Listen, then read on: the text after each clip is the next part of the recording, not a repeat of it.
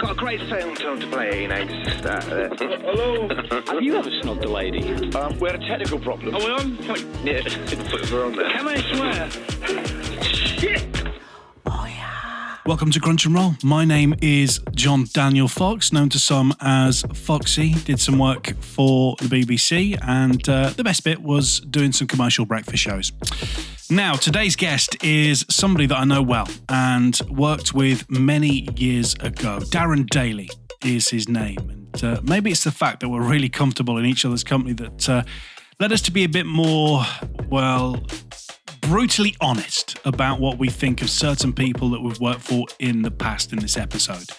So, producer Simon has been busy with the beat button, and maybe one day there'll be a director's cut of this one where we laugh in the face of libel laws and stick in all the bits that we had to cut out. What's left, though, is a fascinating and funny journey through Darren's long and varied career. He reads out a selection of amazing rejection letters, tells us about the time that he got the blame for a naked Aussie wrecking the news, and how the great Phil Eason throwing him in at the deep end helped him achieve the career he ended up having. Before we start, just a quick reminder that if you enjoy the podcast that we do, you are a regular, we'd be grateful if you could support us on Ko-fi. So just head to ko-fi.com/crunch and roll. Thank you to everybody that supported us so far, including Adam Lawrence and Tony Sweeney. Top man. Okay, there's strong language. You know that by now. Also, in this one, a sprinkling of adult content. That's Darren. Let's crunch and roll. Oh, yeah. Darren, how are you? Jocksy. Jock. There's a good start. Foxy. Jocksy. Why change the habit of a lifetime, mate? Fuck it up from the start. Do you know, before we hit record, we were just talking about my wife Leanne, who's about to go to netball. We're now into series 3 of Crunch and Roll, and I'm going to be deadly honest. My wife Leanne hasn't really been that interested in many people that I've had on until I told her that I was chatting to you, Darren, because she absolutely loved you. And I loved her as well. How the hell did you end up with her? I think it's because I think she'd openly admit it's because I got paid quite a bit of money. See, that's the sole reason, really. And now I don't get paid as much money. I don't think she is as. I was going to say, yeah, she'll be out the door soon, mate. Possibly. Well, Darren, thank you so much for being on Crunch and Roll. I never realised, because you're now sat in your home in Taunton, and I didn't realise that's where you're from. That's home. That's where it all began. I was born here, traipsed around the country with mum and dad, and then came back to Somerset. And then that's when it sort of all started, when I was sort of 16, 17. But yeah, Taunton is home of cider and lots of other weird stuff. How old were you when you got the passion for the wireless? Looking back, I think I was about 15, and we'd just moved from Keswick in the Lake District across to Hexham in Northumberland, and I can't remember how it all happened. Really, we moved in next door to this couple that were singers. We used to have like random house parties and one thing and another, and one night we went round there, had a few drinks, sung a few songs and stuff. And Liz, I think she was called, Liz and Julie, that was it, Liz and Julie. They said, quit the singing, you should be a DJ instead. And I thought, well, that's a good idea. And it sort of sprung from there. So I sort of started looking into this whole DJ thing, got myself a little disco, and bought my records from Gojo Records in Hexham. And started listening to the radio a lot more. So I was probably about 15. And you, I mean, the same way that I got into it, you started back in 1988, Darren. I didn't realise you were that old. Yeah, mate, I'm a whippersnapper, mate, you know. But you started at Hospital Radio, Hexham Hospital Radio. Yeah, so but by the time I sort of got myself into this whole wanting to be a DJ thing, I'd heard about Hospital Radio. And my mum worked at the hospital, so she went and did a little bit of recceing around and found out that they did have a little hospital radio service, albeit it was just absolute crap. It was not like, you grow on to dream about. It was just crap. Tape machines, as in cassette tapes. And I think there was one deck in the corner. And I think there was a CD player, and that was pretty much it. And this crappy little microphone. And the radio station used to broadcast on a loop and play on speakers in all the different wards. So yeah, that's kind of where it started. And I got the bug for it there. And eventually I got kicked off it, bizarrely enough. So weirdly, I'll show you this. Look at that. You can see that of it. That's a letter from the committee of Hexham Hospital Radio. I've got to read this to you because I literally stumbled across it yesterday. It says, "Dear Darren, this is to inform you that your membership of this organisation is now terminated under Clause 11 of our Constitution." What the fuck? "It was generally agreed by the management committee that because of some of your activities as a member, it would not be in the interest or the best interest of the service for you to remain. We would like to add, and we just can't understand why you went wrong. You got on very well with all our members. They all liked you, yet at no time did you take their feelings into account. It was said by a number of members that you spent a whole lot of time using our equipment to make demo tapes. We will remind you that you were not there to be on an ego trip, that you were there to help the sick. To have your membership, this is the bit I love, to have your membership terminated from any charity is not a good thing. It means you will never, ever get the chance to broadcast underlined in red on any radio station, hospital radio, or otherwise. We will remind you that you have the right of appeal." What I love about that is they were suggesting that the people who were dying in hospital, and because you'd be making demo tapes, they were possibly going to get tips over the edge. Mate, I raised loads of money for them. I did a non-stop 48-hour broadcast with one of the other lads there called Barry Sayer. And that was his little jingle that he had made. But yeah, I had a brief spell there, but then I got kicked off. So, and as you can see, I never worked on a radio station ever again in the country. So, yeah, absolutely. So, I mean, is it true that you've still got all your letters of rejection? That you keep those in a folder? Yeah, I've got a folder upstairs in the loft which is full of radio station letters from all over the country. Probably one section bigger than the other, and that was Radio 1. And at the time, I was literally bombarding them. And I've listened to other episodes of the podcast, and everybody's done it. We've all fired off letters to the PC and one thing and another. And at the time, the controller at Radio 1 was called Johnny Beerling. Does that ring a bell? Yeah, Johnny Beerling. And it was literally a letter a week. And they used to respond with stickers and little bits of advice and one thing and another. And then after about 5 or 6 months, I got this letter back, and it basically said, and I quote, Dear Darren, whilst I appreciate your enthusiasm for Radio 1 and the local radio work you do, we just don't have the time to keep replying to your seemingly endless list of requests to the station. We wish you well in your future career. All the best, Johnny Beerling." Mate, I tell you what, 2 letters in the space of 6 months telling me to fuck off. That was a real kick in the tits, I tell you. I think most people would have fallen at those hurdles, but you carried on, Darren. Oh, I suck at it. And I then started to listen to Metro. I thought, oh, sod Radio 1. I'll listen to Metro, which was my local station up there. And at the time, this was something really new and very different to me because all I was used to was Radio 1. And then I started to hear Steve Coleman. Do you know Steve Coleman? Yeah, I recognize the name. Steve Coleman was on Metro for years. Big name in the Northeast. But Metro was just like this godlike station to me. And it was run by Giles Squire, who I eventually ended up working for a few years later. But Giles to me was just, he was, I always sort of split the country in two. You had Richard Park in the south and Giles Squire in the north. And they were the two big guns. And Giles just brilliant. Everything about him, his aura, everything about him was just great. So I started listening to Metro, writing letters to Giles, and then I ended up moving down to Somerset. So you moved to Taunton, and then because didn't you become an apprentice carpenter?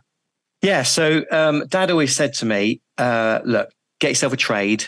My first job was as a plumber. And I was on one of these YTS schemes where you got paid. I think it was Emma Scott was talking about it the other week. I was listening to it. The YTS scheme, you got paid £27.50 a week. And it was just shocking. And I hated it. Absolutely hated it. I remember rocking up at all these houses and fitting radiators and thing, and just knowing in the back of my head, all I wanted to do was be on the radio. And my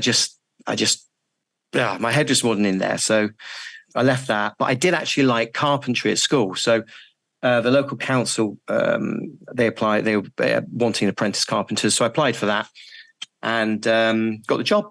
So that was good. I enjoyed that. I had a couple of years at Somerset College of Arts and Technology to get my city and guilds, which was a bit weird, a bit further down the line because I was on the radio in the evening and then going to college in the morning. So that was all a bit weird. Amazing. So I am a qualified tradesman, as they say. Shit one, but I remember for the first door I hung, it took me like a day to hang it. And the bloke I was working with came over and took it off and replaced it because it was so bad. There you go. You're not doing yourself any favours. No, not at all. Not at all. So you're back in Taunton. You then join Taunton Hospital Radio. Let's get on to, I mean, I know you want to get excited about the cart machines there. Oh, mate. Do you know, genuinely, because we obviously, and we'll get onto it in a bit, we worked together at 210 and it was just a joy to work with you. But I never the only person that's ever said that. No, we thought you were great, but I never knew that you were a bit of an anorak. Yeah, I mean, look, I think anybody, particularly in our era, I think we're all anoraks to a certain degree, and we all get excited over cart machines and pictures of desks and, you know, who's on what station and one thing and another. I mean, there was a time when I could drive from one end of the country to the other, switch on the radio station, and I would know a presenter that on each of the stations that I was at. So just for a laugh, I remember doing a trip up once with a mate of mine, and I said, we're in Birmingham. Let's give Hollins a call. Hollins, give us a mention on the radio. And then you get a bit further up north and you phone up somebody else and you phone somebody else. And so, yeah, anorak, definitely. And going back to the old cart machines, I was so used to crap at Hexham Hospital Radio when I got into this porter cabin thing at Musgrove Park Hospital, and there was like a proper desk and there was two studios facing each other and two cart machines in each studio with carts up on the rack. And I was like, oh my God, this is like, fuck, I've made it. It's like, this is a radio station. All right. So let's move on to your professional career then. Because, talk to me about Orchard FM. So I've got a lot of love for Orchard because that's where obviously it all started for me. And I think anybody who starts whatever station anybody starts their career at, they've got a real passion for. And Orchard was very different to any radio station that I've ever worked at, because down in Somerset, things are a lot more laid back. We don't have that pace of life that happens in the Northeast or the Northwest or whatever. You know, you never had a conglomerate of radio stations in one area. You just had sort of Orchard FM. And I found out that the station was going to launch. And so I went back to my roots and started bombarding them with letters. And eventually, you know, I started to get through to them. November 1989, it launched. So I was sat there in the car listening to the launch broadcast and one thing and another. And the next day I went up there, introduced myself. One thing led to another. A couple of weeks later, I got in through the door and started making tea, cleaning cups, writing. Do you remember PRS sheets? Did you ever do the PRS sheets thing? Yeah. Writing out the PRS sheets. And the hours and hours I used to sit in the studio with different presenters just writing out their PRS was just, you know. But it was like I saw it as part of my apprenticeship in radio. Yeah. So I did all that usual stuff, really. And then eventually started to learn how to edit a few little bits, record vox pops. Do you remember Ewers? I do, yeah. Blimey, It was like a ton weight. Yeah. And it was like a small reel to reel, and that's what they used to do all the interviews on. So I learned how to use the Ewers, and then I started editing with sort of Core Inch and one thing and another. And then I eventually ended up doing this roving reporter stuff. So I would go out at weekends and do little interviews at sort of Fates or the opening of a crisp packet or something down the road. And obviously in Somerset, you didn't have all that. As I mentioned earlier, there wasn't a lot going on. It was just, it was very laid back, but it was so incredibly popular.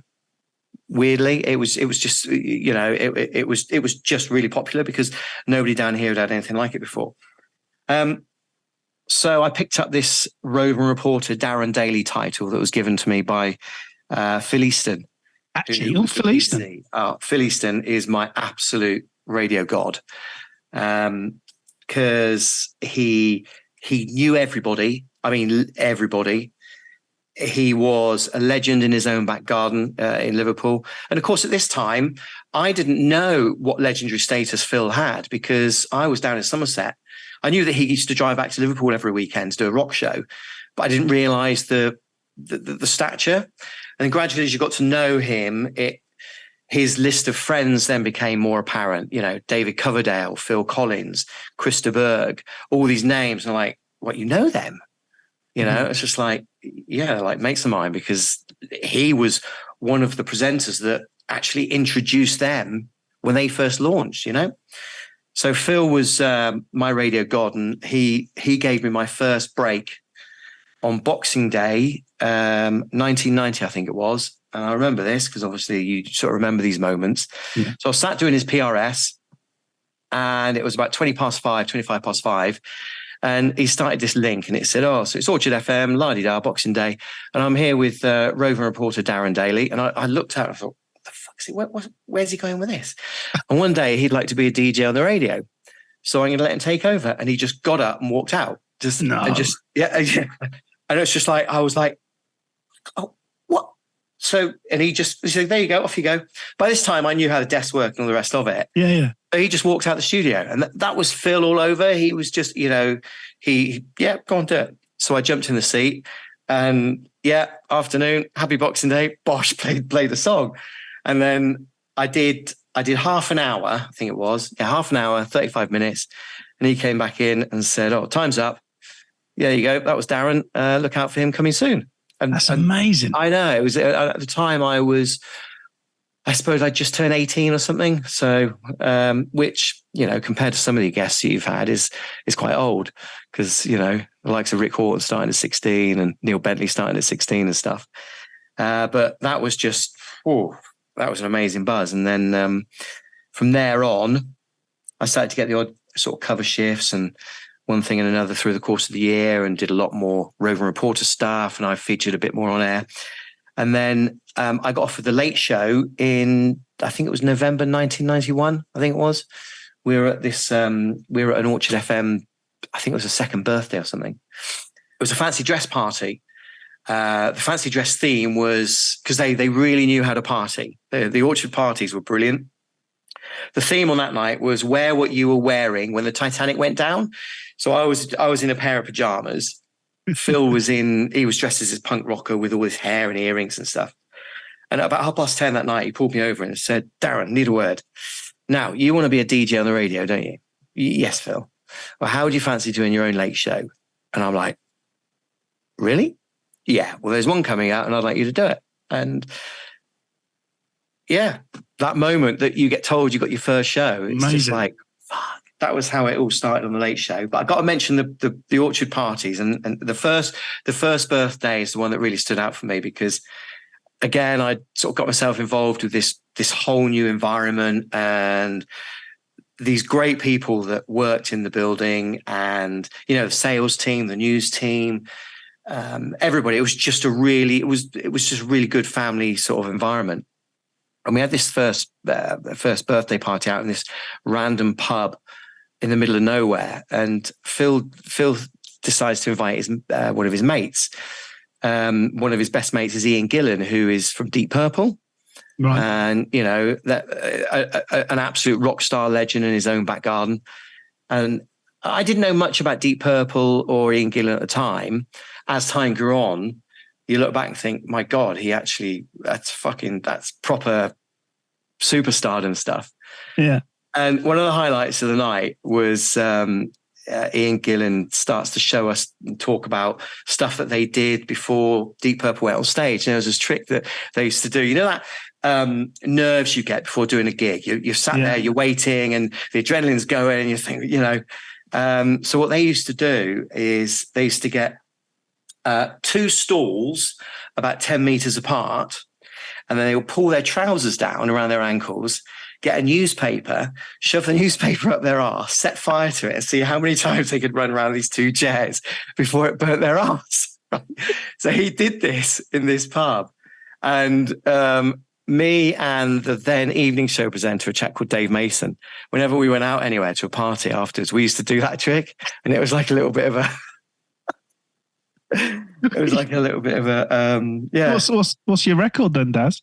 I think I got about 2 laps, but Dave's mate, Chunk, I always remember Dave's mate Chunk was really hairy. And we did it once and gave it to him, and he burnt all his arse. But apparently, before you go on stage in front of 60,000 people, that sort of makes you feel relaxed. I'll bear that in mind. All right, so tell me, because something happens, doesn't it, in 1992? Yeah, so 1992, I'd been on air doing the late show for, 3-4 months. And it was all a bit weird because I think I was 18, nearly 19 or something. And I was actually going to college at the time, serving my apprenticeship as a carpenter. And one of the conditions that the managing director, David Rogers, said to me was, look, we'll give you this job, but we really want you to stay on and get your trade as well. So they were really encouraging. So I was on the late show 10 till 2, and then I was at college doing my apprenticeship as a carpenter the next, through the week. So that was a little bit weird for the guys at college because this is going back to 1992 or whatever it was. I then got told that the late show was then going to be networked. Mm-hmm. So it was good. The network was going to come from Devon Air, and they were going to start this little local network. So I knew that I had to get a gig. So I started pinging out demo tapes all over the place. Phil gave me loads in it because he just knew so many people. So he gave me loads of names of people to get in touch with. I sent the demo tapes out, and Phil would give me a good reference and so on and so forth. And I eventually got the mid-morning show at MFM, March of Sound, March of Gold, MFM. And they had just recently rebranded. They're always known as March of Sound, but then they were one of the first stations to start that, let's split the frequencies kind of thing. And they had the FM service and the AM service. So I ended up getting the mid-morning show on MFM. So that was when I sort of left home and headed up north. And I think I was about 19, I think. So when you were at MFM, what other presenters were on the lineup when you were there? So when I got there, Phil Roberts was on breakfast. Phil then later went on to be the MD, PC at Red Dragon, and then the MD at Key 103. So Phil was on breakfast. Chap called Martin McNicholas was on drive time. Evenings was a chap called Andy Parry. Yeah. And late, I can't remember what lates were at that time. Obviously, after being there a short period of time, things started to change. Different presenters came in and one thing and another. But that was the lineup when I got there. And that was a little bit of an eye-opener moving up there because I was then introduced to this whole new world of a completely different type of radio because I was so used to this sort of, laid back Orchard FM, country bumpkin stuff, talking about what's ons all the time. And then suddenly you get to an environment where you've got hot rocking jingles, music policy completely changed. You got all these radio stations around you. It was like a kid in a sweet shop. Like, my God, Radio City, City FM, Rock FM, Key 103.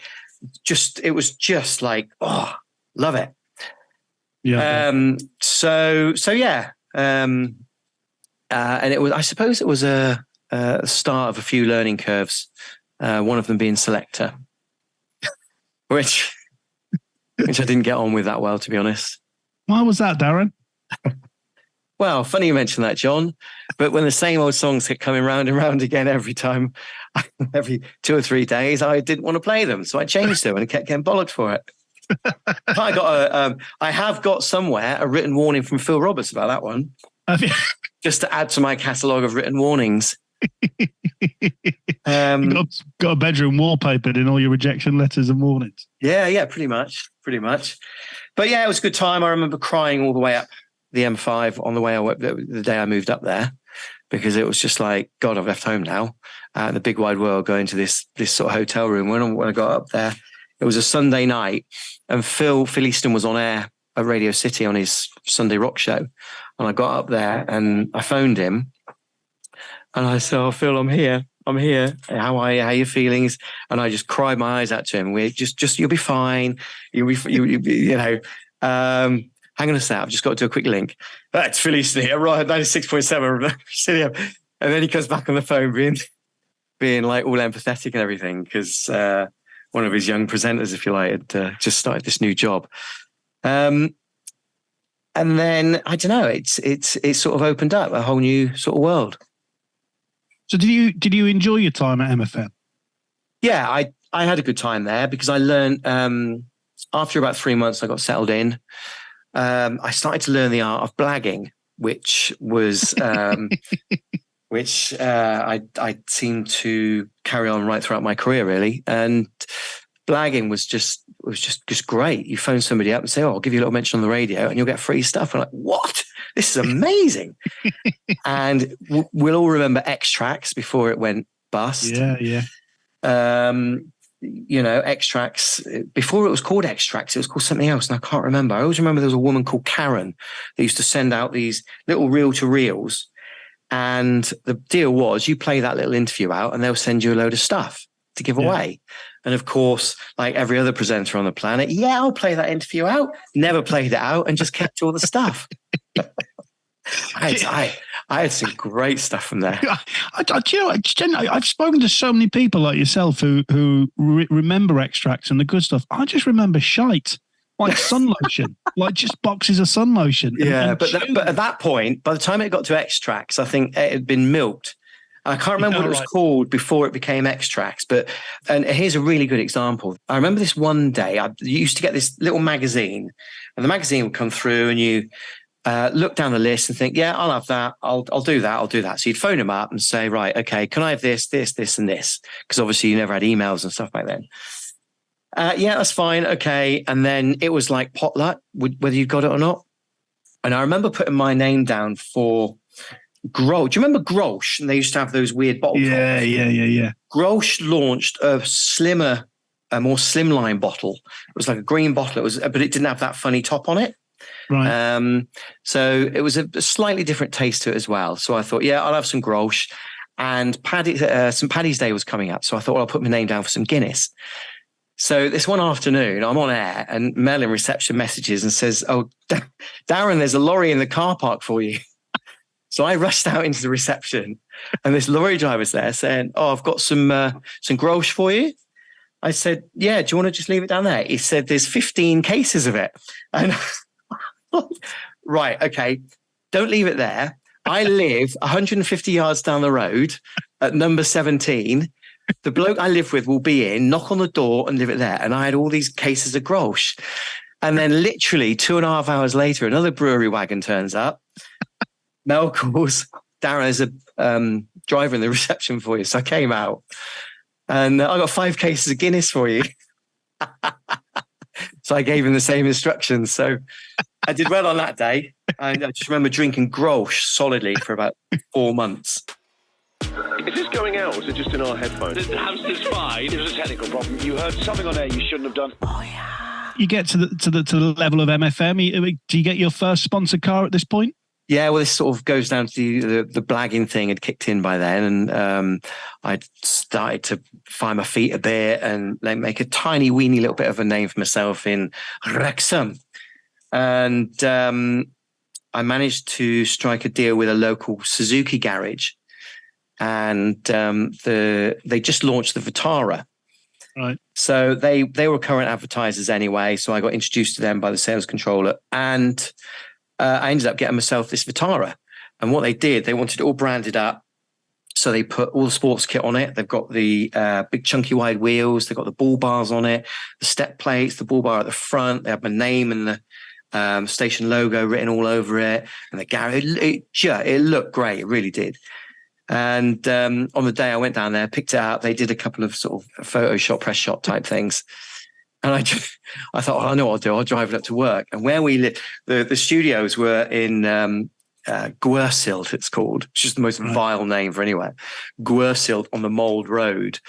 And it's on the brow of a hill. And I thought, I'm going to fly up past work. So I flew up past work. And of course, there's a 40-mile speed limit. And I was doing 60. And there was a cop car sat on the other side of the hill. And I got nicked for speeding, 3 points on my license on that day, day one. So I thought, I know, I'll contact the local newspaper. This is going to be a good little story for press. And the boss, the program controller, was called Paul Mewes. And he was really anal about stuff, didn't like stuff like that. So I made a contact at the newspaper and they said, yeah, brilliant story. Woo. And then Paul Mewes just pulled it from under my feet. You're not doing that. It's negative publicity. And I thought, twat. Talking about the team, who's the MD at that time as well? Right. So we had the PC was Paul Mewes. So program director, Phil Roberts was just being brought up through the ranks to be the sort of PC, and the managing director was this chap called Godfrey Williams. Who, have you ever heard of him? No, I haven't. No. God, absolute. Anybody that's gone through the doors at Marcher, MFN and Marcher will know exactly what I mean when you mention it. I mean, the bloke, he was an absolute lunatic. He used to walk around smoking a pipe. Bastard, what do you think you're doing? And who are you again? How long have you been here? Yes, you're not too bad, actually. And that's what he was like. He always had this pipe, and he was just the most random thing. And I believe it. And just a couple more things that I want to talk about, which you've shared these stories with me before, but I want you to share them with my listeners to Crunch and Roll. Firstly, I want to talk about the Welsh Hour long show going out. Talk about that. Okay, so you had MFM, which was the FM station, obviously, March of Gold. And part of their promise of performance for Ofcom was 1 hour a day. They had to do an hour of Welsh broadcasting. And there was a tech-op that... Do you remember when you used to put the reel-to-reels on? And if you put it on backwards, it would sound backwards. This tech-op went and put this hour-long show on, but it was backwards. And he sat there in the studio doing his homework for university whilst this program went out. The whole hour went out backwards. And he had no idea because he couldn't speak Welsh. I absolutely love that story. That's absolutely quality. And I've got to mention, because you were friends with Greg Burns as well, weren't you? Yeah, Greg and I... Greg started doing stuff at City, and then he came across and started working for us. I think Greg eventually ended up doing the evening show to start with, and then he and I got a house together. So we lived together in this huge castle, like mansion, the annex bit of this castle. It was like a huge mansion. So it was just like, really? We're going to live in this mansion? And I'm sure if you get him on one day, he'll sort of talk about it. But Greg was, and I didn't know at the time, Greg was a keen singer, and he'd done various auditions for various things, and he auditioned to be in Take That. And I didn't know any of this at the time, but it was between him and Robbie Williams who got in the band. So he was like, so him and Robbie at the day of the auditions, they decided to stay in touch. We'll keep in touch as you do. So anyway, Take That appear on the scene, la-di-da. And I remember this one Sunday afternoon, the Brits was on TV. It all done. I think Take That finished it. And the phone rang, and I was in the office. I picked up the phone. I answered it. Yeah, hello, MFM. Is Greg there? No, he's in the studio. Who is it? It's Robbie. Can you tell me that Robbie's called? So I said, yeah, all right, mate. See you in a bit. Bye. Put the phone down. And I rushed. I went to the studio. I said, oh, Greg, somebody called Robbie's just called you. Oh, is he on the phone? I said, no. What do you mean, no? Well, I just said I'll go and tell you he's called. Do you know who that was? I said, no. He said, it was Robbie Williams. I said, who the hell is Robbie Williams? Because I had no idea. I wasn't interested in that sort of stuff. And he properly flipped out at me. But yeah, I mean, he sort of I remember going back to Greg's house, back to I think he lived in Blackburn, and me and him went back there one day, and Robbie rang the home, and he was sat on the stairs talking to Robbie for about an hour while I was sat talking to his mum, who I'd never met before, which is all a bit weird. Ultimately, MFM had a good time, sort of learned, met a few different people, learned a whole new sort of style of radio, really. So where did you go from MFM? I got to a point where my relationship with Phil Roberts was getting a little bit tense. So I thought I need to start looking around now. So I spoke to Paul Jordan at Rock FM, went and chat with him. And I spoke to, like everybody in the Northeast, I desperately wanted to work at Radio City, but Tony McKenzie would never answer my email, my letters or requests to call or whatever. And I love that station. I've got to say, I love the Rick Horton podcast, because I've never met Rick, but I was a huge fan of Rick's. His show is just rocking on every single level. So I then ended up speaking to at Signal. Oh, now, Darren, you've just done something here. You're the first person to mention that man's name, and he's the one that I hate the most. But carry on. I think, in fact, because I've said that, no doubt Simon will have probably bleeped out his name, but he is an absolute tit, that man. Can I just concur with what you've just said? In fact, Simon, if you could please delete his name. Yeah, he will do. But it's a surprise to me that nobody in two series and a few episodes into series 3, nobody as of yet has mentioned that man's name. But and I've worked with some really amazing bosses, and I've had some amazing people and some not some amazing people. But the man that you just mentioned, he is the worst out of them all. I agree. I think of all the people that I've ever had the opportunities to work for, we had exactly the same relationship that you had. So I concur with you. So next you move on to Signal. So you go to the Signal network. Yeah, it was quite short-lived. I'd got this. I'd been sort of looking around. I saw Paul Jordan at Rock, and I went to see Paul Fairburn at Air. I had a little bit of banter with him, and then I went over there to have a chat with him. Showed me around the studios, and I was fascinated because it was where James Whale used to do his radio show. I was like, wow, this has got to be big time kind of thing. Yeah. And I thought Paul was great. He's great with his radio stuff. He's very focused with all of his radio. And we sat there, and he's literally offering me this job. He's saying, right, okay, I'd like to offer you this evening show. It'll be, I think it was 8 till midnight. And it was just really weird hours at the weekend. I can't remember what it was, but it just meant I could never get back home to Somerset.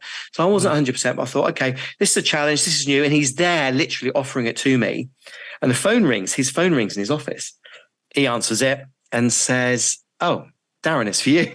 So I was like, oh, right, okay. Hands me the phone. Darren, it's don't say anything that it's me, but just make up some random stuff. I've got the gig for you. Thank you very much. Call me when you get home later. Okay. Yeah. All right. Yeah. Thanks for letting me know. Bye. And I handed the phone down. Wow. And he said, that was a bit weird. Never had that before. What was that? I said, oh, it's just some personal stuff. I let him know that I was here. And so yeah. And I ended up taking this job at Signal Radio. When was that? That was 93, I think it was, end of 93. So how did you escape Signal? So I'm sort of 3 months in, and at the time I was driving from Wrexham to Stoke-on-Trent. Stoke-on-Trent is just the most weird place. It consists of 5 towns, 5 little communities, and it's just no disrespect to anybody that comes from there or lives there or whatever, but I just found it really odd, and I didn't really gel. I was doing the evening show. It was a network, so it went out on Signal Cheshire as well in sort of South Manchester. And I just didn't settle, basically. Anyway, I was driving into work one afternoon. I pulled in to fill up the car with fuel. The phone rings. So I answer the phone. Darren, it's Giles Squire. And I was like, oh, really? I'm just filling up the car. Okay. Yeah. Hello. Thanks for calling. So you get that really sort of nervousy thing going on. He said, how would you like to work on a proper radio station and earn some real money? And I went, yeah, I'd love to. He said, I might have something for you. Where are you now? I'm in the garage filling up. Can you call me later when you've finished? Yeah. All right. Speak to you later. Whoosh. And I'm like, all of a sudden, my whole life in that garage somewhere near Chester changed. Yeah. Because Giles Squire, one of my, radio sort of heroes, if you like, had called me because I had been pinging him stuff for ages.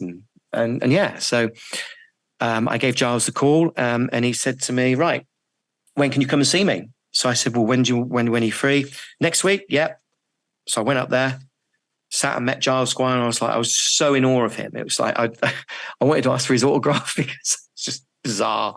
Did you actually ask for his autograph? No. I wanted to. I really wanted to. I really wanted to. That's Anorak on a whole new level, isn't it? But so I went up there and he offered me the evening show on TFM, which was a double-header show called Hits Not Homework. And I did that with a girl called Judy McCourt, who Giles employed. She used to be an air hostess, and he was on one of his random trips on an airplane because everything about Giles was showbiz. It was, big. It was showbiz. It was, it was happening. And that was what he ingrained into all of his presenters. And Judy was the air hostess on a flight back from London. And Judy was really bubbly and fun and funky. And she was serving Giles a drink and accidentally spilt the drink all over him. So, of course, they had banter on the plane. He loved it, loved her, thought, this is great. I want her to be on the radio. And that's how she got the job. No. So we were then our little show was sort of manufactured because EMAP had just recently taken over TFM.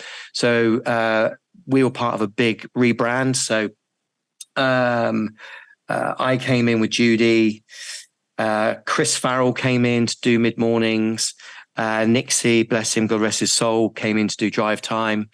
And breakfast initially was Tom Davis, who was one of the other presenters that was already there before Mike Toolan joined. So yeah, and TFM, I had a great time up there. Really good time. You were best friends with Nixie, weren't you? Yeah, so Nixie he'd just come over from Atlantic 252, and I think he'd just split up with his missus at the time, and I think I just split up, or I was splitting up with mine. So we had that sort of common denominator sort of thing going on, and obviously, so he would do 2 till 6, and I would do 6 till 10. So there would be that little handover thing going on, and we just bonded, and we just went out. We did loads of gigs together. We went everywhere together, and we pissed about together. And yeah, it was yeah. So Nixie was a great mate, really good friend. I never met Nixie, but I know that there is a lot of love for him. Oh, Nixie was he was unique. He had a real style of being able to piss people off, but at the same time he was just great on air. Absolutely brilliant, and if he liked you, he would fully embrace you. And if he didn't, he would have one of his, what he would call his famous strops. And he used to go in, and if somebody didn't recognize him somewhere, we played on it a little bit. If somebody didn't recognize him, don't you know who I am? I'm Simon Nix. He'd really lay it on, but just sort of piss takey.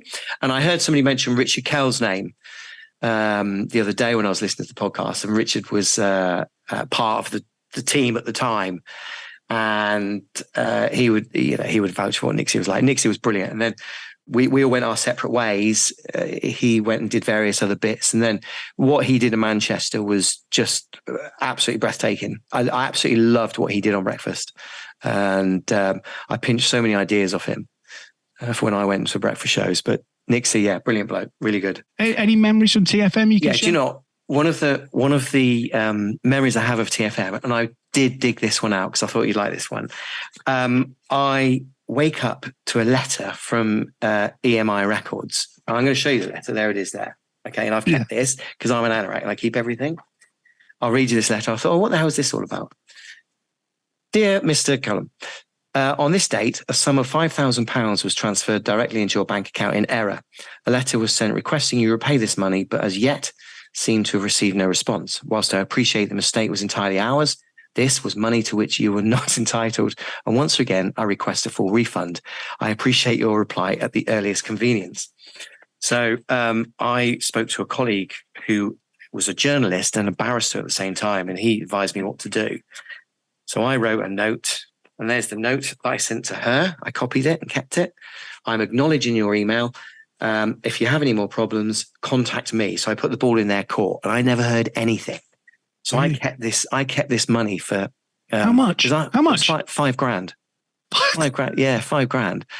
After a year, it's legally mine, apparently. That's what I was told. So 10 months goes by and I think, oh, fuck it. I'm going to go and buy a jet ski. So I went and bought a jet ski. 2 weeks later, EMI tracked me down with that letter.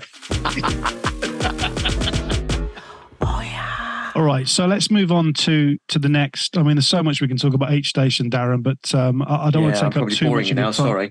No, you're not, Darren. I enjoy your company, so it's just, it's incredible. And we've never, even though we know each other, we've never, like so many of the guests that I know, and I don't know everybody, but rarely do we sit down and talk about our own careers, do we? No, and it's great. I was listening to something the other day. I was listening to one of my best mates. To this day is Paul Holmes, otherwise known as Cubby, who's one of the producers who I met at Galaxy 101. And he was the one that messaged me a few months ago and said, you've got to listen to Foxy's podcast. It's brilliant. You'll love it. You should get on there. And I managed to sit down and start listening to it the other day. And it's been really good. And it's like being on This Is Your Life. Yes, it is, and look, you were always on my list to get you on. But no, TFM, brilliant. I had a great time. I've heard so many so many conversations about the EMAP parties. I went to one. I don't know if it was the first one. It was called the Night of the Stars, and it was the Piccadilly Hotel in Manchester, I think. And Paul Carrack was playing, and I got absolutely hammered. And I rushed up on the stage. So I'm a big fan of Paul Carrack when he was playing, and he was singing Eyes So Blue. And I jumped up on the stage and hugged him, and I got thrown out by the doorman. Yeah, brilliant. Oh, everyone's got a story about the EMAP. Such quality time. Dear. All right, so let's move on to the next station then, Daz. So in '96, you go to Galaxy 101. Yeah, so it was an opportunity to come back home. Galaxy 101 based in Bristol, and again, another rebrand, another takeover by Chrysalis, and they were looking to sort of revamp stuff. And I sent my stuff over to Steve Parkinson, who was just brilliant. Loved Steve, loved him to death. Simon Dennis was a bit more reserved, but they gave me the evening show. We started off the evening show in it was St. Paul's Square in Bristol, which was like pretty rough. And it was a bit weird going into there on the evening, but we eventually got this whole new building on Bolton Street in the centre of Bristol. And I had a really good time there. Evenings. Then I was there. I think I joined just as JK left. I think JK was doing a little bit of drive time at the time, and I was coming on after JK. So we had a little bit of a crossover. And I then eventually moved on to mid-morning. So I had a couple of years doing mid-mornings there, which had some great times out and about doing gigs. Again, a whole new different style of radio. And just going back to my mate Cubby, I've got trying to mention a couple of cheeky little stories. Do you remember when the Pamela Anderson, Tommy Lee videotape came out? Do you remember that? Yeah. So I'm on air one morning, and Cubby comes rushing into the studio, and he says, "Dude, I've got the video." I said, "Really?" He said, "Yeah, let's go upstairs to the boardroom and watch it." So this time we had RCS, so I chained up 2 songs, and I thought, that'll be enough. And we rushed upstairs and we stuck this video on. It's about 11:30 one morning. Stuck this video on, and we're there watching this video. And I said, "Mate, my song's going to end in a minute. I'm going to have to go." And I went to try and get out the door, and the fucking door had broke. The door had locked. So I couldn't get out. So me and him are stuck upstairs in the boardroom watching this Pammy and Tommy video, and I couldn't get out the door. So I wrenched it really, really hard. I think it broke the door lock, and I ran downstairs and literally got into the studio just as I think there was like 10 or 15 seconds left on the song. I love it. All right. So the next move, and I didn't realize this, in 99, you moved to Birmingham. I didn't know. Yeah, so another rebrand and moved up to. I went up there initially to do breakfast, and it didn't go too well the first few months. I was splitting up with another girlfriend, and I think it's true what they say about knowing your area, knowing your market. And Birmingham at the time was such a hardcore dance city with a lot of different influences. And of course, I rock up from the southwest with my sort of cheesy approach to stuff, and it didn't really work. So it was a little bit of a culture shock, had a rough sort of few months, and then I eventually came off breakfast. Dave Clark took over then, and I went into mids again. And that was really good. I had a really good couple of years ago. I tried to learn the art of mixing because the only way to get gigs in Birmingham at the time was to mix. But I couldn't mix a pancake, and there's a couple of jobs that I rocked up to that I just completely messed up. But yeah, do you know that reminds me? When I was at Viking, which I fully appreciate to listeners of Crunch and Roll, that's a little bit like Uncle Albert saying during the war. But when I was at Viking, one of the gigs I did was at Liberty's nightclub in Bridlington. And I couldn't mix either, Daz. So there's another guy called Paul Foster, who was an amazing guy, actually, and he was a great music jock. He went on to do the Pulse Breakfast and stuff. But I got him to pre-mix a CD until somebody in the nightclub spotted that I was pretending to mix, and he spat at me. I was so annoyed. He didn't want to hit me. He just spat at me. Well, when I eventually moved on to do Vibe Breakfast, I was doing gigs. And because it was a dance station, we had to give the impression we were mixing because I was so crap at mixing. Reese, who I worked with, whenever I came up to do a mix, I'd say, mate, get on the microphone, will you? And he'd be chatting over the microphone. Well, I botched this mix up. But yeah, Birmingham was, it was an interesting time because I sort of learned the art of partying. And, you know, I was oblivious to what was going on around me until I discovered. Obviously, I'll be very careful with how and what I say here because of my current job, although everything of my past has been fully disclosed in the application for that, I'll have you know. It was a full-on 2 or 3 years. I learned how to party. It was a little bit of a learning curve, and everything about Galaxy in Birmingham was live the life, live for the weekend, which is what I did. And I remember, a couple of occasions, we'd go out on a Friday night and literally I just rock straight up at the studios at sort of 5:45 on air at 6 o'clock, still hanging from the night previous and whatnot. And, you get to about 8 o'clock and I was just absolutely knackered. And I was just sat there, feet up on the desk, and I just fell asleep. And because I was so tired, I just fell asleep. And then one of the Heart presenters came running in. Darren, you're off air. It's like, what the fuck's going on? I nearly fell off his chair and I'd nodded off. I'd fallen asleep. And one of my big memories from there was, I've got to tell you my Andrea Core story. Nothing to do with Galaxy because obviously she's not a Galaxy artist, but Galaxy Birmingham and Heart were on the same floor. Yeah. And have you been in the building before? No, I haven't. No. Okay. So you went up the stairs, you had the Galaxy studio on your left, in front of you had a toilet, and then just down the corridor on the right was the Heart studio. So I needed to go for a quick wee, rushed into the toilet, and Andrea Core was sat there mid-flow having a piss and didn't bother to lock the door. And she looked at and went, "Oh, hello." And I went, "Oh, hello. Sorry, I'll come back in a minute." Because the calls were being interviewed in the studio next door. She'd just gone in for a quick slash and just forgot to lock the door. Good, Darren. You must have been breathless.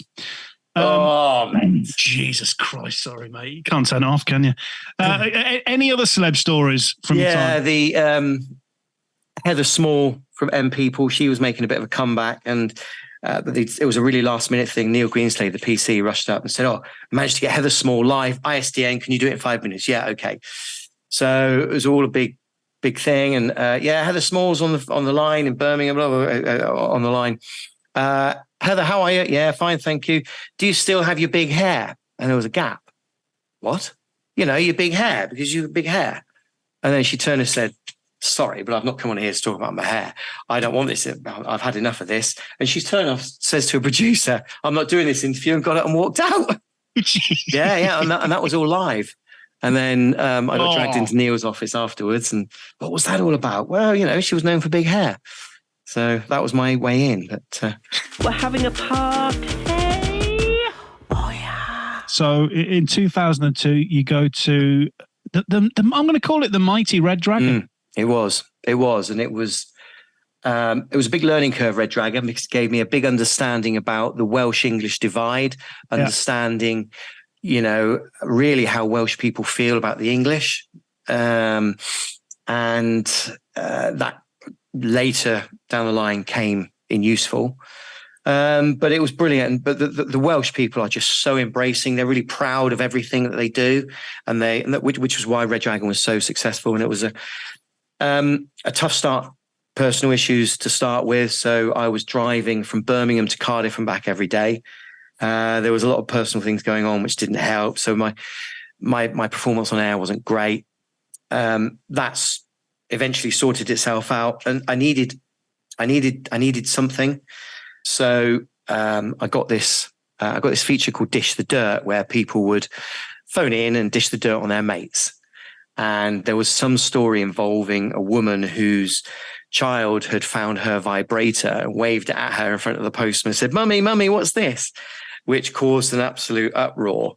And off the back of that, Anne Summers in Cardiff sent me a box of vibrators, which I then gave away as prizes. I don't know how that ever happened, but I always remember I'd not long been there. I think I joined just before Christmas, and so I didn't know anybody. And I went to the Christmas party to be introduced to everybody, and I was sat there, sort of, the new boy in the corner kind of thing. And like within 30 minutes, this chicken leg landed on my lap that had been thrown from the other side of the room by the sales director. And I just remember thinking, I'm going to love this place. It was like one of those moments. So yeah, I had a good time. Loved it there. That's where I met Reese, who I ended up working with at Vibe. And I think whenever I think of Red Dragon, I always think of a particular news bulletin that went out on air. Do you remember the Madrid? Madrid bombings, right? In sort of the early 90s. It was a really big story, and it was headline news for 2 or 3 days. And this Sunday morning, we're doing our show, and Alec Blackman was the newsreader. He starts this story, and on a Sunday morning, we used to have the studio door wedged open, so it was just fairly relaxed. And Alex starts this story, midday news, and he announces that Al Qaeda are responsible for this bombing. And at that, the Comprod guy, David Couch, head of production, who's this big, tall Kiwi bloke, just walks in, literally stark bollock naked, and just stands there in view of Alec, and picks up the paper and reads it. And he starts reading this bulletin, and then he just bursts out laughing during this really serious topic. And then he tries to start the bulletin again, and he can't do it, just creases up. So I said, "Mate, we're going to have to abort this." But I got blamed for that. Did you? It was my fault, yeah. They wanted to use me as a scapegoat for that one because, you shouldn't have had the studio door open. So the fact that somebody from management can walk in naked, and get away with it, great. There you go. Now, let's move on to the next station, because in 2004, you moved to Vibe FM to do breakfast. There was 2 Vibe stations, and I used to always go to my dad's in Cambridge and listen to the one, in that part of the country. And Vibe was a great brand, wasn't it? It was a great station. And the one that you were on was even more interesting, because you've already mentioned this, but it was half English, half Welsh. Yeah, it was a great brand, and it was very different. We never really had anything to do with the Vibe over in the East, so I don't know whether or not it was a case of Scottish Radio Holdings just hiring the brand name to use. I don't really know, but we never had anything to do with them. But I moved over there to do breakfast, and that was all courtesy of Bev, who was the MD at Dragon at the time, who I got on with really well. She wanted to help with this rebrand, so we set up this show called Daily on the Loose, which was me anchoring, and then Reese, who I'd met at Red Dragon, came on and did this character called Father Reese, the Sticker Vicar. And this is one of the ideas that I pinched off Nixie, because he had Irish Alan, and Irish Alan was known as the Sticker Vicar. So that's what I did, because it worked so well. And basically Reese was the stunt boy. He was a bit like Street Boy. He was like our version of Street Boy. He was good though, wasn't he? Reese was brilliant. He was He was very straight down the line, had a really good sense of humor. And he did some really good stuff. We did some really good groundbreaking stuff there. It's stuff you just can't do on the radio these days. I remember once he went to the top of Glastonbury Tour and we wrapped him. I didn't go up. I was on air. He went up to Glastonbury Tour with a listener and wrapped himself in bubble wrap, and she pushed him down. So he was doing a little bit of commentary on that as he's rolling down, and then eventually the phone cuts off and it all goes very quiet. He got knocked out and got taken to hospital with concussion. So that was not one of his best days. And there was another one. He did some skateboarding thing where he broke his ankle. So he was in hospital in Merthyr Tydfil for a while there. But we did some really good stuff at Vibe, and it was good fun. And we were told the PD was a chap called Trevor James. So Trev was at GWR Swindon, and he felt like the shackles had been removed from him when he came to Vibe, because he just basically said to me and Reese, do what you want. He was really good friends with Bam Bam. So he really encouraged what Bam Bam and Street Boy were doing. So he said to me, look, if you're not getting 3 complaints a week, you're not doing your job right. So, we went out there and we got into trouble quite a bit. We got a few run-ins with the police because of various things Reese was doing. And what I remember at Trev was his coffee. So when you made him a coffee, he wanted 4 teaspoons of coffee, 4 sugars, a small splash of milk, make it into a paste, and then fill it up. And that was his coffee. I've never seen anything so disgusting in my life. Can I just ask about Vibe? Because you nearly went there. I did nearly go there. Yeah, Mark Story was going to send Tom and I there, and then EMAP bought it, going to send us there, and then they realised that you had no money at Vibe FM. Yeah. But I mean, the show you did was a great breakfast show, Darren. Out of all the shows that you've done throughout your career, is that the one that you're most proud of? Yeah, I think because we could just do what we wanted, and it was just go ahead and just do what you want. And we were encouraged by it. There was one incident that Reese had got in trouble. He went and they did this random thing in Wales called bog snorkeling. So we thought, well, let's do our own version of bog snorkeling. And Reese went to the public toilets outside of the South Wales Police HQ and went there with a face mask on and a snorkel and put his head down toilets and flushed the chain. So when he was doing that on air, I then phoned the police and said, look, there's a strange man dressed as a vicar in the toilets, putting his head down the toilets. And of course, the police went over there and got him. He starts to get nicked, doesn't he? And then next thing we know, he comes back and the police have been on the phone to Bev, and we got hauled upstairs and one thing and another. But it was good times. I had a really good time. There was a lot of stuff that we did that we would never in a million years get away with nowadays. Just amazing memories. Oh, absolutely, yeah. And the fact that we were encouraged to behave irresponsibly as well was just a godsend. Them's the days, Darren. They were the days. Yes. We are starting to sound old now, aren't we?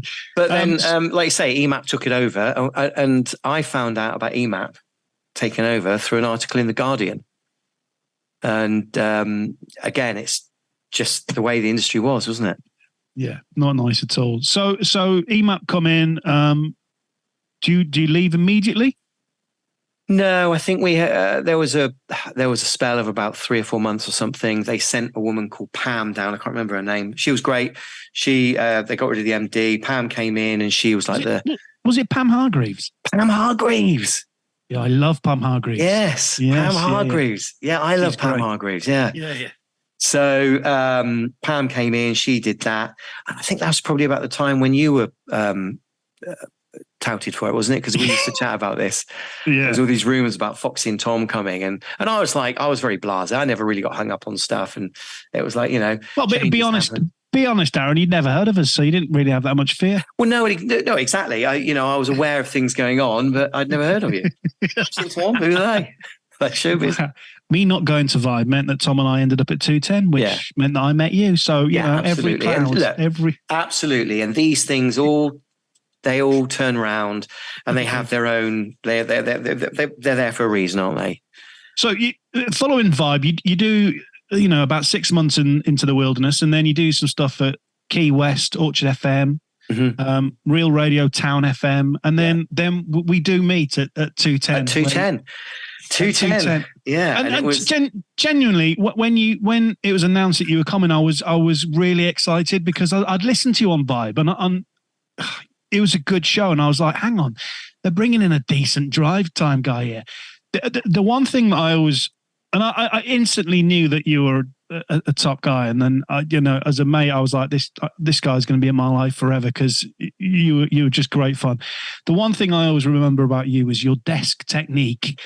It was so unique. You had this weird thing where you'd be hunched over like Michael Crawford in Phantom of the Opera playing the organ. Do you know? It was so strange. I was like, what is he?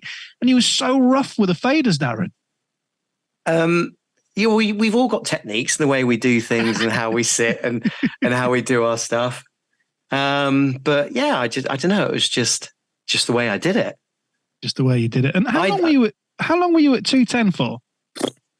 210. I was there longer than I probably should have been. What was it? Must have been 2 years. I had to have been 2 years. How long were you there? I think 3.5. Yeah. I think I managed to jump ship before you did. So yeah. Look, I enjoyed 210. It was a bit weird doing a 5-hour shift. That was hard work. And I was always quite rebellious with music policies and stuff wherever I worked. And then I always vowed never to work for the GWR group. And then lo and behold, it appears on my lap, but I didn't have any choice. But I enjoyed it. There was a great team there. I loved working there. But the program controller, as you know, we all ended up having run-ins with, was just odd. Do you remember how he used to scoot around the office on that skateboard, didn't he, trying to be funny? It's like, you're not funny, and you've got fucking no clue about how radio works. And I remember one Snoop in particular. He never understood he never understood that if you give a positive to a presenter, you'll get the best out of them. And all he could do was pick on the negatives. I remember there was one Snoop we did, and this was getting close towards the end. And I think at the same time, you and Jules were probably having a few little problems at that point as well anyway. Big problems, He was ripped me a shit. And I said, Tim, this is shit. This is no good. And I just got up and walked out. And I went in to see Joe. And I said, Joe, this is an absolute joke. Joe's the MD, sorry. Yeah. So she was kind of piggy in the middle, really, wasn't she? She was great. She was really supportive of Vibe. Brilliant. She was really good. Yeah. But it was it was a pleasure to have met you at that time. It was great. We had a really good. It was a good social life. It was a good team bonding. I always remember that balloons in Basingstoke where me and Jules did the commentary on these hot air balloons all day, and we were pissed. And it was just 5 hours of me and him taking the piss out of these people in these balloons. It was just like, this is a serious thing. I'd forgotten about balloons over Basingstoke. Amazing. All right, so you do a couple of years at 210, and then where next? So I. Whilst I was at 210, I forgot to mention actually that I picked up this weekend breakfast show gig at Century in Manchester. And that was all courtesy of Sarah, I forgot her name now. She worked at Real Radio in Cardiff where I was freelancing, but she moved up to Manchester and said, do you fancy some freelance stuff? What have you got? Weekend breakfast. And it was initially for a few weeks. And I thought, yeah, big station, huge station. So I went up there and did a couple of weeks of Saturday and Sunday breakfast, and then that turned into 6 months. So I was doing 5 days a week at Signal, and then at 3 in the morning at 210. 210. 5 days a week at 210, and then at 3 in the morning on a Saturday, I would get in the car and drive up to Manchester and do the breakfast show. Booked into a B&B, did Sunday breakfast, then drive back, and then back on air on Monday afternoons. So I did that for 6 months. So I was knackered, and I desperately would like to have worked there because I love Manchester. And I had a flat up there that I was renting out at the time as well. And I thought, oh, it'll be great. And I think Dave Shearer eventually became the PD. And I never met Dave. I did. I worked there when he was there, but I never met him. And then they changed everything around again. So, and I was just so tired after 6 months. I just needed a break. And then the GCAP stuff happened, all the changes. And I knew that because I was not goody two shoes, I wasn't going to last. So I started looking around for jobs and got a breakfast show and PC at Star Radio in Weston. And that was good. I had a really good boss. Sue Brooks was brilliant. The UKRD group were really good. They were really relaxed with how they did stuff. And they were very supportive. And I remember the PD saying to me, look, it's your station. You play with the toys. You do what you want to do. So I did. I tried out a few new ideas, had some failures, had, some successes. And I think one of the biggest things for me out of Star Radio was when the pier burnt down and I was on air that day. And there was a knock at the door, 6:20, taxi driver, the pier's on fire, the pier's on fire. And my whole attitude was, right, we drop everything. We drop all the music, all the ads. We've just got to commentate on this. And I got a couple of the sales guys to go out to the pier and they did commentary on the pier and one thing and another as it was burning down. And that I really enjoyed that. I got a lot out of that. Because that was a style of broadcasting I'd never done. Oh, yeah. So you leave there, you freelance at Real Radio, you set up your disco business with Rossi, who I know you two were our best mates, aren't you? And Rossi was great on air as well. And then Tone FM in 2012. I remember you setting this up. It went on air on February the 13th. Yeah. Oh, you got a good memory. I was trying to remember what the date of it was, but yeah, February 13th. Darren, I've got it written down. Right. Yeah. So I'd moved on, got this opportunity to apply for the radio license in Taunton. And it was a quick rush job because I just assumed that Apple FM would get it because they already had an AM service running. And then 2 weeks before I thought, well, if I don't apply, I'll regret it. So I applied and I got this license. So I then went from learning why music repetition was put in place by Selector and all these other software programs that I just refused to work with all those years before. And then I could see the shoe was on the other foot, but I had a great time at Tone FM. I mean, it was 10, 11 years of my life that I didn't earn a huge amount of money from it. It opened up a load of other doors for me. But it just meant I could do what I wanted. It was it was like my own radio station. Yeah. And I learned a lot about community radio. And community radio does have a place, particularly the way radio is these days. And if it's done, I ran it a bit like a commercial station. You listen to some of these community stations and they're a bit all over the place, but I just ran mine quite slick. And it was quite a slick sounding station. And I got a load of my mates in to do loads of stuff for me. So that was good. And it sounded like we were actually quite professional. And look, you did some freelancing for the BBC. I know we've got a mutual feeling about that. You set up a newspaper, Tone News. Yeah, I mean that was. Yeah, I know I'm pushing for time here, mate. No, you're not. Absolutely not. No, I wanted to mention the newspaper because I got to the point where with the radio station, how can I bring some money, extra money into a community radio station? Let's set up a newspaper. Let's use all the PR releases that I get, press releases that I get, and all the little bits of community info and put it in print. And people are saying to me, "Oh, print's dead, print's dead." And this is 2018. So I thought, well, I'll give it a try. I'll use a load of me current clients. And I thought what I'll do is I'll do 3 months, monthly newspaper. And if it doesn't pay dividends, then I'll pack it in.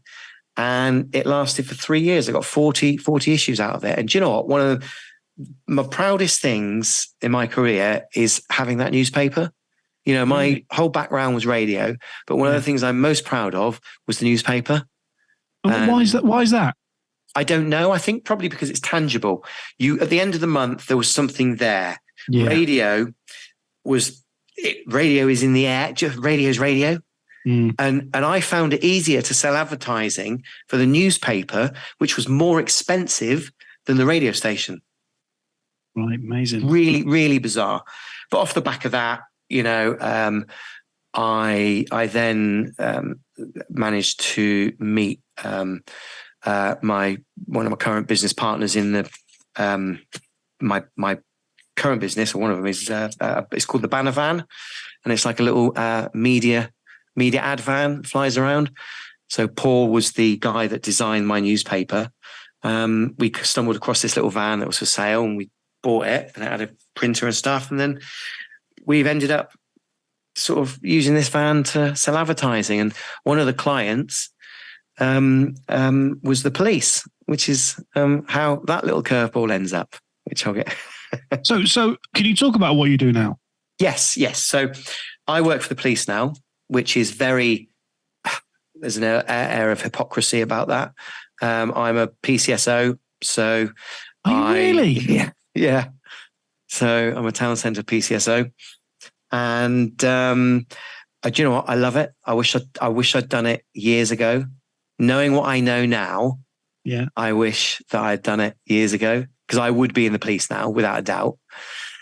I am going to apply for the police in December, and if all that goes according to plan, I could be in the police as a copper by summer next year, 2024.